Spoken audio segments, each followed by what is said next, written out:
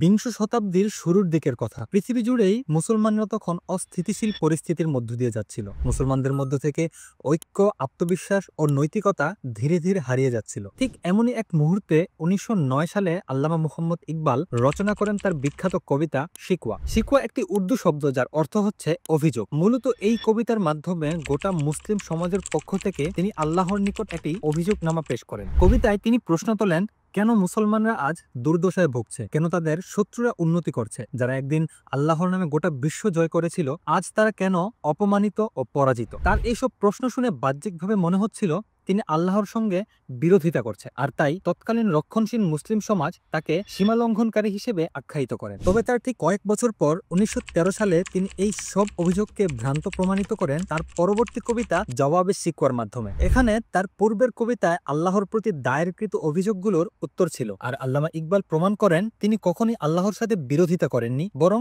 সমাজ তাকে বুঝতে ভুল করেছিল। আল্লামা ইকবালের এই দুই কবিতা তার দর্শন চিন্তার অন্যতম বড় উদাহরণ, যেখানে তিনি আল্লাহর সাথে কখনোই বিরোধিতা করেননি, বরং তার কবিতার মাধ্যমে তিনি আল্লাহর সাথে একটি আধ্যাত্মিক কথোপকথনের সৃষ্টি করেছিলেন, যেই কথোপকথন মুসলমান সমাজকে তাদের নিজেদের ভুলগুলো বুঝতে পেরে নবজাগরণের পথে উদ্বুদ্ধ করে।